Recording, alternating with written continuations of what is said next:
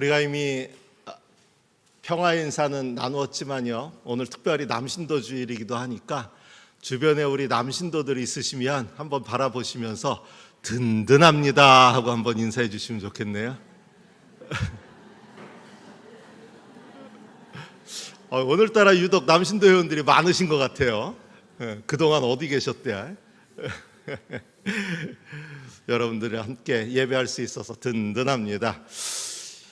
요즘은 제가 뉴스를 통해서나 인터넷을 통해서나 이런 뉴스들이 나오면요, 너무 민망해서 설교 시간에 이런 걸 또 옮기는 게 잘하는 짓인가 하는 생각이 들 때가 있습니다.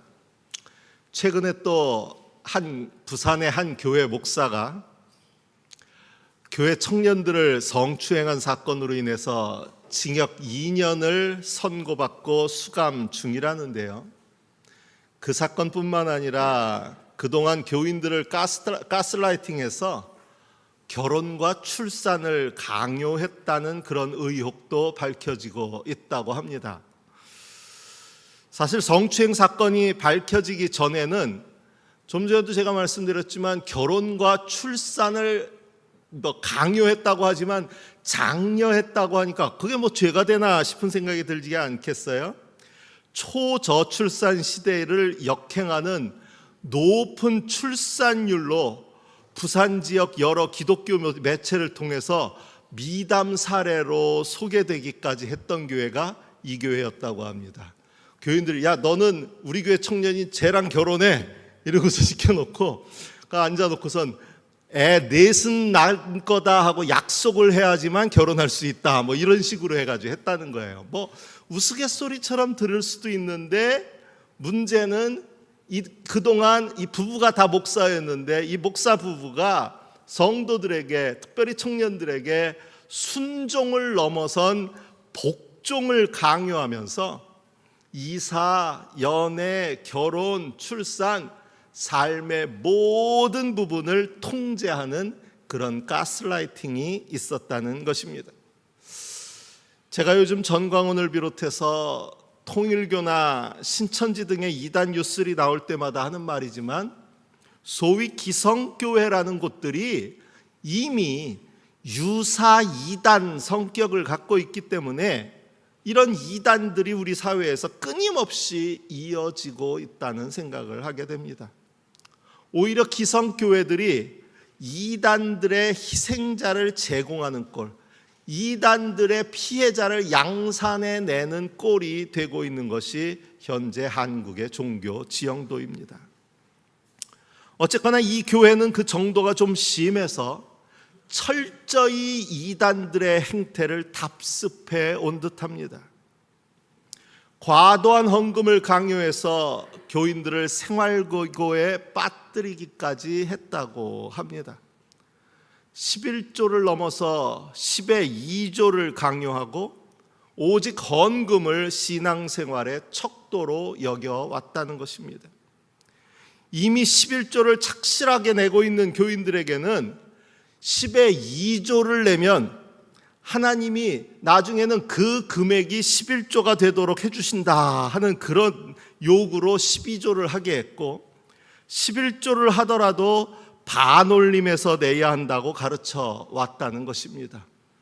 무슨 이승만 시대 4.4.5입도 아니고 그렇게 가르쳐 왔다는 거예요. 참 신박합니다. 그렇게 해서 지금 교회에 남아있는 교인들 중에는 헌금을 내기 위해 대출을 안 받은 경우가 거의 없다고 합니다. 이런 와중에 목사는 자녀들을 다 미국으로 유학 보내고 손주 돌잔치를 하와이에서 했다고까지 합니다. 도대체 이런 사람을 뭐라고 불러야 합니까? 사실 이번에 이 성추행 건이 밝혀지지 않았다면 여전히 이 목사는 어쩌면 능력 있는 목사라고 칭송받았을 수도 있습니다. 교인 수는 200여 명 남짓이라는데 헌금은 월 1억을 넘게 그렇게 들어왔다고 하니까 오히려 주변 다른 목사들의 부러움을 사고 그 목회 비법을 전수받겠다는 사람들이 줄을 섰을 수도 있습니다. 어떻게 그게 가능할까? 오직 돈을 기준으로 본다면 말입니다. 사실 몇 주째 여러분들도 이미 그런 느낌을 받으시는 분들이 있을지 모르겠지만 누가복음을 설교하는 일이 조금 불편한 지점이 있습니다. 자꾸 돈 얘기를 하게 된다는 것입니다. 어쩔 수 없는 것이 누가복음은 가난한 이들을 위한 복음서라는 그런 별칭을 가질 정도로 부의 재분배를 다루고 있습니다. 돈 얘기를 안 할래야 안 할 수가 없는 본문이 누가복음서라는 이야기입니다.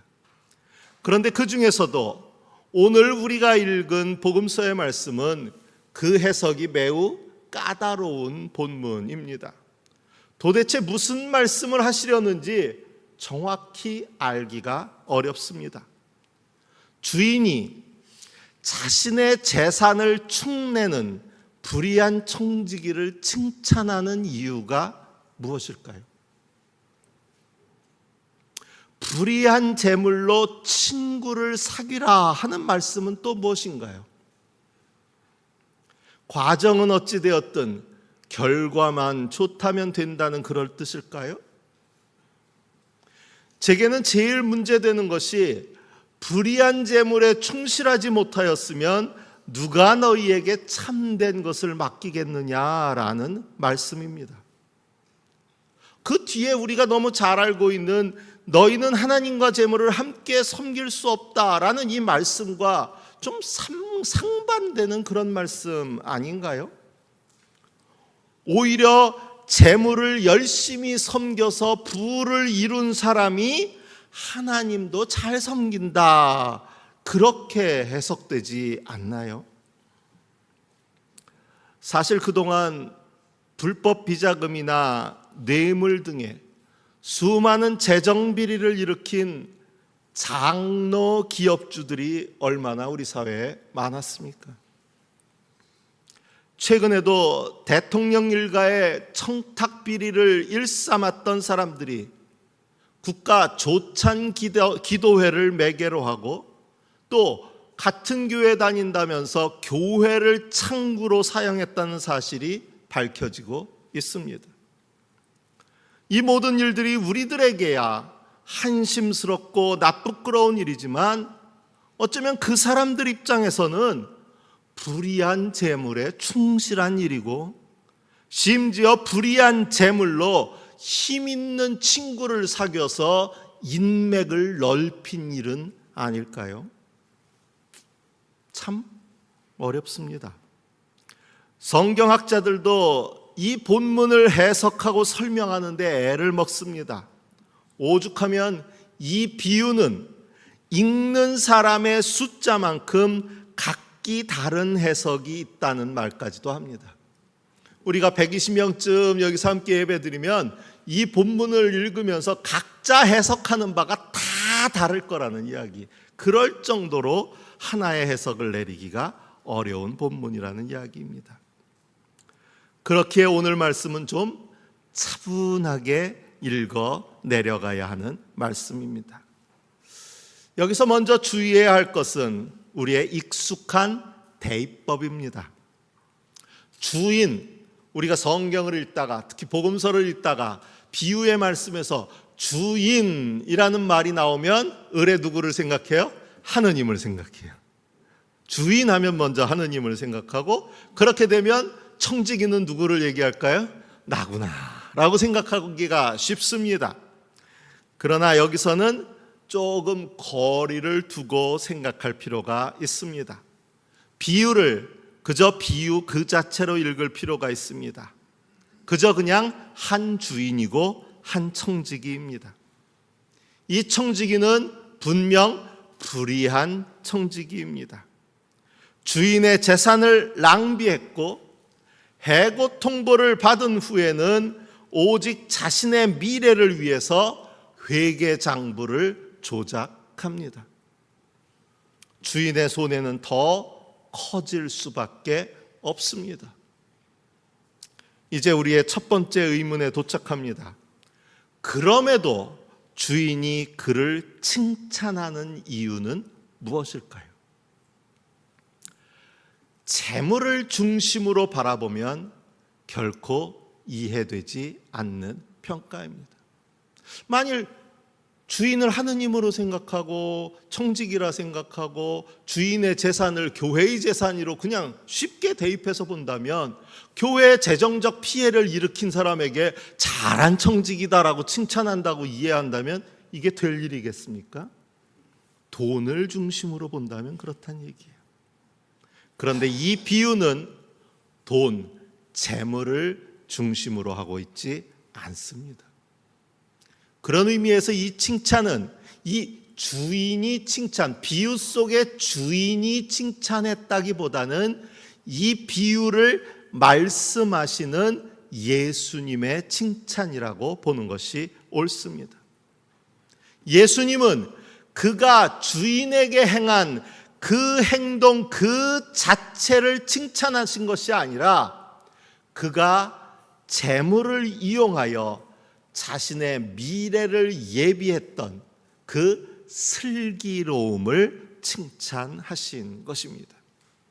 그가 칭찬받은 이유는 그가 주인을 속였기 때문이 아니라 그가 미래를 예비했기 때문이라는 것입니다.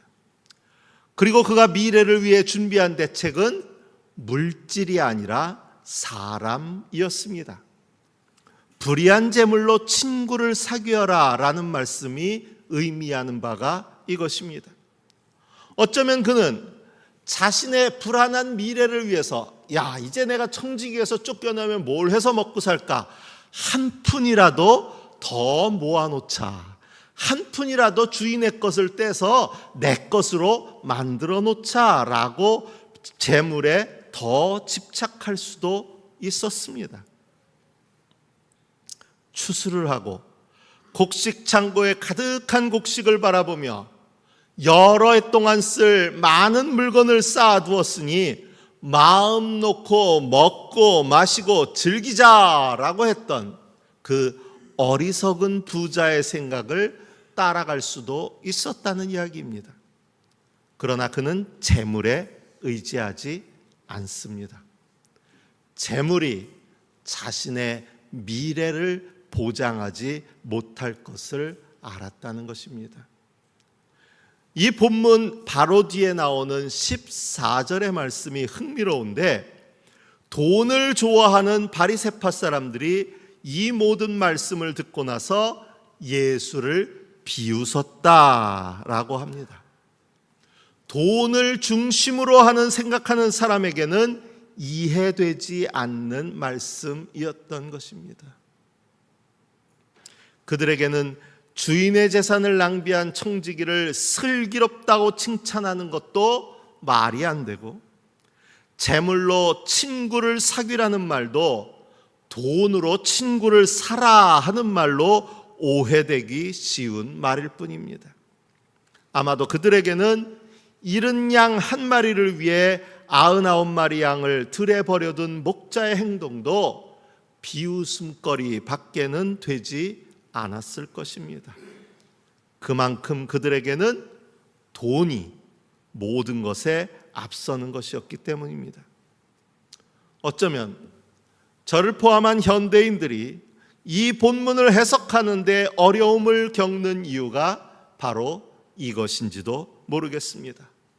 우리도 역시 어쩌면 그때의 바리새인들보다 더 돈을 좋아하고 돈을 중심으로 살아가고 있기 때문입니다.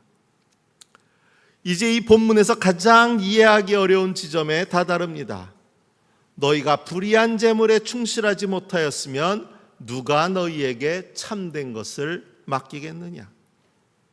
이 말씀이 전하려는 메시지는 무엇일까요? 불의한 재물에 충실하다 하는 것을 어떻게 이해하느냐에 따라 달라집니다. 이것은 단지 돈을 열심히 벌어라, 돈 많이 벌어서 11조 많이 해라 하는 말씀이 아닙니다. 영어 성경에서는 여기서 충실하다라는 말을 be trusted, be faithful 이라는 말로 표현하고 있습니다. 제가 이 부분을 해석한다면 재물을 믿고 맡길 만한 사람입니다. 재물에 충실하다는 이야기는 재물을 믿고 맡길 만한 사람, 재물을 섬기는 자, 재물에 얽매이는 사람, 돈만 쫓아다니는 사람이 아니라 재물을 슬기롭게 사용할 줄 아는 사람이 바로 재물에 충실한 사람입니다. 그렇게 그런 사람은 결코 재물 때문에 하느님이 맡기신 일을 소홀히 하지 않을 것이라는 말씀입니다. 그 재물이 없어질 때에도 걱정할 이유가 없습니다. 그들의 소망이 재물에 있지 않기 때문입니다. 그러나 아모스의 시대, 세상은 온통 재물을 주인으로 섬기는 사람들이 가득했습니다. 그들의 관심은 온통 어떻게 그들의 재물을 늘릴까 하는 것에 맞춰져 있었습니다. 초하루 축제가 언제 지나서 우리가 곡식을 팔 수 있을까? 안식일이 언제 지나서 우리가 밀을 낼 수 있을까? 되는 줄이고 추는 느리면서 가짜 저울로 속이자. 초하루 축제는 매달 첫날 제사를 드리던 절기입니다. 그 첫날에 제사를 드림으로 해서 자신의 지난 날을 돌아보고 이제 하느님 안에서 새 달을 새롭게 시작하는 것, 그것이 초하루 축제였습니다. 제 방식으로 표현하자면 재물로 기울어지던 마음을 회개하고 하느님께로 되돌리는 날이 초하루 축제의 의미입니다. 그런데 그날조차도 그들의 관심은 빨리 끝나고 곡식 팔 생각뿐입니다. 하느님이 주인이신 안식일도 마찬가지입니다. 심지어 되는 줄이고 추는 느리면서 속임수를 쓸 궁리만 하고 있습니다. 여러분 혹시 월삭 새벽 기도회라는 말 들어보신 적 있나요? 요즘 몇몇 교회들이 하고 있는 행사인데요. 매월 첫날 새벽 기도회는 모든 교인들이 나오게 합니다. 그래서 출석부도 밖에다 걸어서 거기다 사인하게 해서 누가 왔고 누가 안 왔고 모두가 알 수 있게 해서 아주 장로님들이 죽을 맛이랍니다. 그날 빠질까봐. 그래서 월삭 새벽 기도회를 해요. 최소한 세 달 첫날만큼은 우리가 새벽 기도를 통해 이달 한 달은 우리가 온전히 하나님 중심으로 살아가게 하옵소서 하는 그런 의미로 하는 거 아니겠어요? 굉장히 저도 좋은 의미가 있다고 생각해요. 월삭 새벽 기도에 얼마나 좋습니까? 그런데요, 이 아모스서의 비유에서 읽어보자면요, 그날마저도 월삭 첫 시간을 드리는 새벽 기도의 시간에 나와서 마저도 온통 돈 많이 벌게 해달라는 기도만 드린다는 거예요. 아니, 기도라도 드리면 다행이게요, 돈 많이 벌 궁리만 하고 있다는 거예요. 말씀은 어찌됐든 뭘 해야 돈을 많이 벌까? 어디 아파트를 사야 좀 많이 오를까? 이 궁리만 하고 있다는 거예요. 새벽에 나와서. 심지어 교회 다니는 것도 경제적 이득을 계산해서 다니고, 심지어 자신의 이득을 위해서 불법적인 일도 서슴지 않는, 교회에 와서 그러는, 만민이 기도하는 집이 되어야 할 교회가 오히려 온갖 불법적 거래가 오고 가는 블랙마켓처럼 되어버린 오늘 교회의 세태와 닮아 있습니다. 그들은 헐값에 가난한 사람들을 사고 신 한 켤레 값으로 빈궁한 사람들을 사서 자신의 재물을 늘릴 생각뿐이었습니다. 그들은 아마도 그런 자신들이 지혜롭고 슬기롭다고 생각했겠지만 주님은 오히려 그들을 향해 그들이 한 일 그 어느 것도 내가 두고 있지 않겠다라고 말씀하십니다. 그들은 돈을 좋아하고 돈이 중심인 사람들이었지만 결코 재물에 충실한 사람은 아니었습니다. 마땅히 하느님이 중심이 되어야 할 초하루 축제와 안식일에도 하느님이 아니라 돈을 섬긴 사람들이었습니다. 저는 디모데서의 말씀에서 모든 사람을 위해서 하나님께 간구와 기도와 중보기도와 감사기도를 드리라라는 말씀이 마음에 남습니다. 물론 뒤이어서 왕들과 높은 지위에 있는 모든 사람을 위해서도 기도하라라는 말씀도 나오지만 이것은 경건하고 품위 있게 조용하고 평화로운 생활을 하기 위함이라고 얘기하고 있습니다. 어쩌면 교회의 처세술일 수도 있습니다. 보다 중요한 것은 모든 사람을 위해서에 있습니다. 그것이 하나님께서 보시기에 좋은 일이고 기쁘게 받으실 만한 일이기 때문입니다. 여기서 그 모든 사람에는 헐값에 팔려가고 신발 한 켤레 값에 흥정되는 빈궁한 사람들이 포함되어 있습니다. 어쩌면 그들은 내 이득을 위해서는, 교회의 이익을 위해서는 하나도 도움이 되지 않을 사람들입니다. 그들을 위해 기도한다는 것은 이익이 남지 않는 일입니다. 돈을 중심으로 본다면 말입니다. 그러나 하느님을 중심으로 본다면 바로 그들을 위해 헐값에 팔려가고 신발 한 켤레 값에 흥정되는 그 빈궁한 사람들을 위해 기도하는 그 일이 하느님이 보시기에 기쁨이 된다.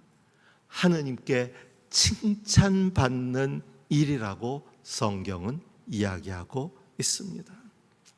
그렇다면 그들이야말로 우리가 정말 불의한 재물로라도 사귀어야 하는 그런 친구는 아닐까요?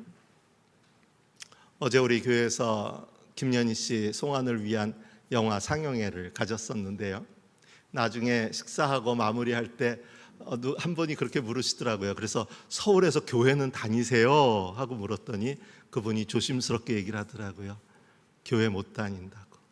왜 그 주변에 많은 목사님들이 돕고 있는데 그런데 왜 아직도 교회는 못 가세요? 그랬더니 아직도 무섭대요. 그 교회 가면 누군가 또 뭐 어떤 사람들이 저거 죄송합니다만 빨갱이, 수많은 상상을 좀 해봤어요. 여자의 몸으로 이 땅에 와서 수많은 사람이 빨간색 안경을 쓰고 자신을 바라보고 여기저기 다닐 때마다 그렇게 북한이 좋으면 지금이라도 산 타고 넘어가지 뭐 하는 짓거리냐, 그리고 저거 간첩 저런 걸 어떻게, 누구나 손가락질하고 욕하는 상황이 얼마나 무서웠을까요? 더군다나 한국 교회 하면 뭐로 유명해요? 반공 멸공으로 유명한데 그 교회 안에 들어갔다가 어떤 사람이 머리채라도 휘잡고 휘둘를지 정말 모를 일 아닐까요? 그래서 아직도 무서워서 교회를 못 간대요. 참 감사한 건 저도 저한테 직접 듣지 못하고 이혜리 권사님 통해서 얘기했었는데 그때 6.15 합창단 오셔서 우리 교회에서 함께 예배 드리셨거든요. 그때 예배 드리곤 그러셨대요. 이런 교회라면 갈 수 있을 텐데 그랬다 그러더라고요. 왜 우리는 그런 사람들을 위해서 기도하는 일은 이렇게 꺼리는 걸까요? 왜? 교회의 이득에 하등 도움이 되지 않을 것 같아서. 만일 그런 사람이 아니라 지자체에 무슨 의원, 구청장, 국회의원 출마하겠다는 사람, 아니 무슨 기업체 회장, 기업체 사장, 이런 사람들 한 명 왔다고 하면 아마 누구나 버선발로 뛰어나가서 환영하려고 할 거예요. 교회에 이득이 될 것 같으니까. 어떤 한국 교회는 대통령을 배출했다고 자랑하더라고요. 어떤 교회는 이름만 대면 알만한 기업인이 그 교회 장로여서 교회 건축을 하는데 교회 돈 한 푼도 안 들였다고 그러더라고요. 어떤 교회는 법조인이 하도 많아서 자기네 변사, 검사, 판사들만으로도 웬만한 로펌 차리고도 남을 정도라고 그거 자랑하더라고요. 이익이 되고 이득이 될 사람 오는 건 그렇게 자랑하는데 하등 도움이 되지 않을 사람을 위해서 눈물로 기도하는 교회는 과연 몇이 있을까요? 그들의 친구가 되어주는 교회는 얼마나 있을까요? 오늘 우리가 살아가는 사회가 점점 신종 계급 사회로 굳어져 가고 있습니다. 사회 경제적 지위가 받쳐주지 않으면 온전히 대우받지 못하는 세상입니다. 목사들도요, 어디 기관에서 하는 어떤 행사에 가면 두툼한 후원금이라도 내지 못하면 제대로 대접도 받지 못합니다. 교회마저도 돈이 힘이 되고 성공한 사람이 대접받는 곳으로 여겨집니다. 오늘 남신도 주일인데요, 교회에서조차 길을 펴지 못하는 남신도들이 늘어갑니다. 저는 우리 교회만큼은 모든 사람을 위해 아무 이익 없어도 기도할 수 있는 그런 교회가 되기를 바랍니다. 그래서 모든 사람이, 특별히 삶에 지치고 힘겨워하는 사람들이 가슴을 쫙 펼 수 있는 그런 곳이 되어지기를 바랍니다.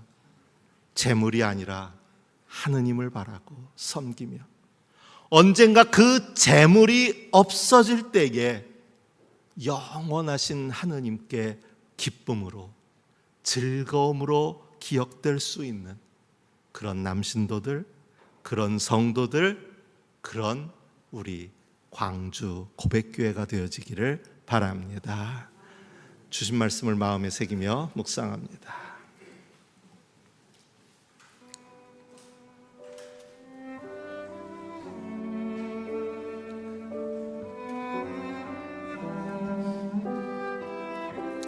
나는 무엇보다도 먼저 모든 사람을 위해서 하나님께 간구와 기도와 중보기도와 감사기도를 드리라고 그대에게 권합니다.